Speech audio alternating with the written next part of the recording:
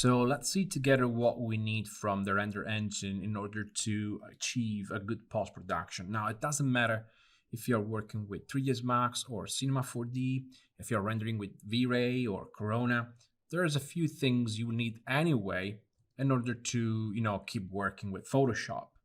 First of all, what you need is the base render, what you normally call the beauty pass, and it's what you get into the frame buffer at the end of your work. So that image have to be saved in a 32-bit AXR file. Now, recently, what you can do is inside the same AXR file, you can also store all the passes and all the masks we will need to work with Photoshop. And that's a great thing. You will find more infos about this below this video. Now, the render, when you open it in Photoshop, you can get a transparent background, or you can get a matte color, or even if you did the wrong thing, you can get a photo, an image of the HDRI you have used inside the software, the rendering software. Now, that would be a problem because if you still have the sky as a background, all the pixels in between the house and the background will be basically like blue because maybe the sky is blue, or white because maybe you have a cloud. And that could be a huge problem if you are trying to remove the background from the base pass, from the beauty pass, from the base render. So what to do? What we normally do is this. We take the HDRI we are using in the render, or maybe the sun and sky we are using into the render, and we are overriding them, the visibility of them with a black color. So in the end, what you get from the base pass, from the frame buffer, is an image with a completely black sky, but the image itself is not changing because the HDRI or the sun and sky, they are anyway lighting the scene, and you just don't see them directly, okay? That is a great way to automatically delete every black, pixel from the image, and you will get a nice matching with the render and the new background you are going to put in Photoshop. So first of all, the background is something that comes from Photoshop. For us, we are not using the same background you are getting from the render, okay? And the reason is, you can do more. If you have the render separated from the background, you can put stuff in the middle. Like, I don't know, we have this building, we have some sky in the bottom, and then in between we can have, I don't know, some trees or some bushes or wherever.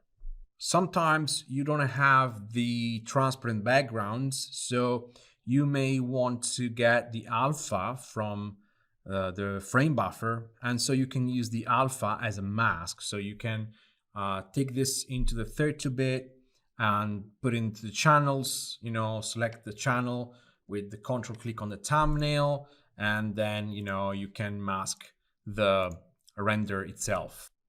But this is not happening because most of the time Photoshop is going to ask you to automatically remove the background because he found an alpha. Another thing you need from the render engine is the passes, and here you can see a few of them. Now, the ZDAP, the first one, is one of the most important because you can do a lot of stuff with this one. You can create fog, you can define a depth of field, you can mask a portion of the render if you need. So anyway, the ZDAP is the only pass that you need to define in 3ds Max, and you need to define a ZDAP min and a ZDAP max. Why that? Because this pass is based on distance between you, the camera, and all the object in the scene. So you need a ZDAP min value, which is basically 0, is always 0, and because it's the starting point, and a ZDAP max, which is the distance between you and the furthest object in the scene. You can just go on top view when you are in 3ds Max. You get the tape actor, and you measure the distance between you and, I don't know, something in the background like a tree or the end of the building, and so you get something like this. So if your z depth doesn't look like, something like that, you probably have a mistake. You probably did a mistake. You forgot to insert the z depth max value, and you need to re-render. The good news is the z depth doesn't really care about lights, about reflection, about bump, only about displacement. But anyway, you can turn off every light in the scene, you can turn off every glass in the scene, and you can render again in a couple of minutes, no matter what. So don't worry if you forget the z depth, you can always get it back in a very small amount of time. Another pass which I use sometimes is the specular pass. Now, this is the name of these passes will change depending on the render engine. You will find more info below this video. The specular will help me sometimes to define specular, so the reflection of a light source, a little bit better on the scene. Maybe I don't want, maybe I want to, underline some areas, or maybe, I have a spotlight on an area that I want to, see more, and then this kind of pass is very useful, maybe in screen or color dodge mode. Another pass, which is my favorite, is the raw light pass. Now, it's called differently in different ways in V-Ray and Corona. In V-Ray is the raw total lighting, and in Corona is the raw component diffuse pass. And basically what you see is a pass with all the geometries of the scene without textures, just the lighting, okay, on a pretty white kind of material. And this helps a lot when you have, for example, vegetation, because you can put this pass on top of vegetation, and because vegetation is translucent, and light tends to kind of dissolve little by little when it passes through the leaves. With this pass, you can restore a good amount of shadows on vegetation. But it's also useful, for example, if you want to simulate snow, because it's white, but there's anyway some shadows. So it's really, really cool. This one is a must have. Okay, and if you want, you can also check if you have the other raw components, because the raw light component is basically the sky light plus the sunlight. You may also want to render the passes of just the raw light from the sun, which I don't have here, but I have the raw global illumination. So this is the light from the sky, and I don't know. Sometimes you want to put the raw global light plus the raw sunlight, one on top of the other, and go down with the opacity, find the right blending mode, which is probably screen or add. And so you can decide how strong has the sun should be, or I don't know, maybe you want to turn an image from sunlight image to a cloudy image, and you can do that. Another one is the raw refraction. And basically, this is a pass that will allow you to cut through glasses and water, and you can get what it's behind it. Okay, so in case you work like us, we can choose a couple of things. We can have glasses in the scene, and so in the raw refraction, you will see glasses, the interior, behind the glasses inside here. But in this case, as you can see, there's no glasses. We are going to render them into, apart, in a different render. And the only refraction information we have is in the swimming pool, because we have some water. And so what you see is the ground of the swimming pool. Now, if you have raw refraction and then on top of it you put the raw reflection, you can basically remake, you can do a shader from scratch again, because you can define the amount of reflection, you can decide the amount of, you have the row refraction, which is basically showing, the inside, the inner part, and so on. So anyway, the row reflection will show you every shader, every material at the full potential of the reflection. And so it's up to you then to go down with the opacity when you are going to use this pass, because sometimes it's too strong. Everything looks metallic here, and it doesn't matter if you are looking at the object frontally or on the side. The strength of the reflection here is always 100%. So dielectrics have a very weak reflection on front. So if you're going to use this as it is, it's probably too much. And then we have the normals. Now, these are the V-Ray normals. In Corona, they have another name. You will find it below this video.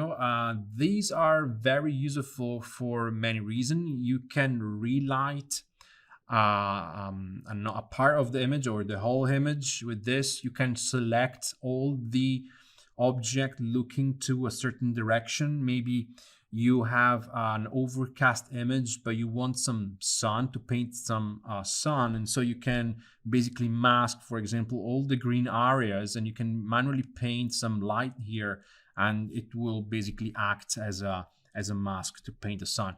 I mean, the normals are very useful. And let's say that if you have a very complex geometry, very detailed 3D geometry, they will look even better. Okay, so don't expect great things from a normal pass if your geometry is very simple, but at least it's something, and you can use it anyway. Sometimes I will show you an example about relighting an image with normal maps, and it will blow your minds, because this is very, very powerful. And then for last, we have the diffuse pass, which is just a pass with all the textures of the image. And as you can see here, we have some concrete, here we have some wood, tiles, and so on. And this is very helpful, because this diffuse pass plus the raw total lighting pass and reflections or refraction will basically let you build a scratch material, a new material from scratch. So it doesn't matter if you have some mistakes, if you have some errors somewhere, you don't have to go back to the render engine to make a new shader and re-render and reopen the Photoshop file. So it could take a lot of time, but because of these passes, you can do that directly in Photoshop. Okay. After the passes, of course, we need masks, and there's many scripts, many tools to make masks, and you basically need a mask for each material. And you can have also different types of masks about, maybe you have, I don't know, maybe you have a mask for a chair, and then the chair is split in more than one material. You can have a mask of the whole chair, and then you can have another mask, just for the legs and for the seat. So this is up to you. We're going to see a lot more in this course about how to make masks. You will find information down below. And it's about, nowadays, is about the render engine itself. Some of them already gives you the ability to render this kind of masks. There's other type of masks like Cryptomatte masks.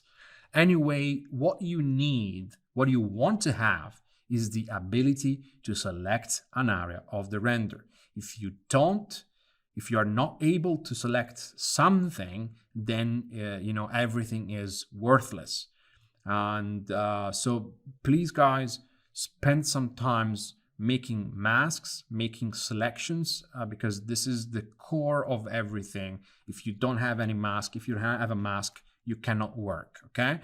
And I remember that you have the trick to put all the layers except one in blend mode add, so you can see which masks are you missing. Okay.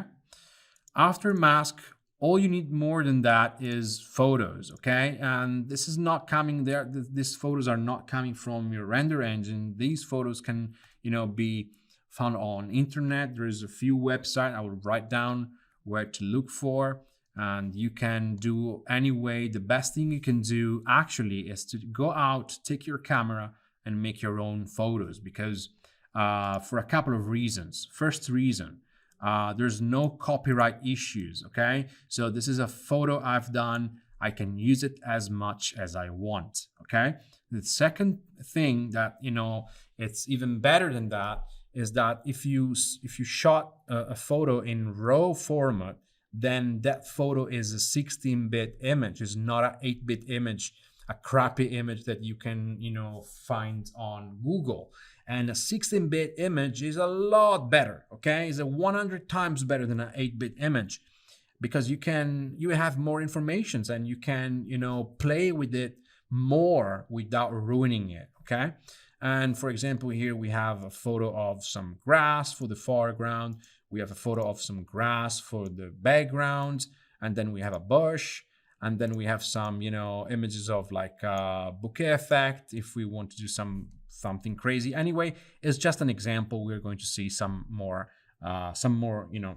many more photos during the class. But please remember, it's always better if you go and take your own pictures. And don't worry about being so picky about pictures. Just take a bunch of them every time you go out. You don't know when you're going to use them. Okay, I have a repository of photos I've done like eight years ago, and last month I've done a project and I used a photo I've done in 2012. So you never know. You never know when you're going to use it, but thanks God we have them, and so we can reuse them. So that's the trick. That's the thing. The bigger your asset folder is, the more tools you can have ready to be placed in the Photoshop file. So remember, another reason why you should take your own picture is the perspective. Sometimes maybe you find the right type of picture, maybe you find the right lighting, but the perspective is wrong. And if you can take your own pictures, then you can choose your own perspective, and you can just simply copy from information from the V-Ray camera, from the Corona camera, wherever it is. And so you can just go outside there with the knowledge of where to place the camera, how high should be the camera from the ground, what time of the day should be, what type of lighting, where is the element you have to shot. Because it's different if you are taking a photo of ground and then the ground is like down there or up here. It changes everything. It changes the perspective. So you need to know how to place the camera, the real camera, to get in one click what you may want to. Sometimes you spend so many hours looking for the right pictures on internet. And maybe you can take it from yourself in 5 minutes. Just, stand up, take your camera, and go outside. So these are the basic stuff we need to start working on a post-production.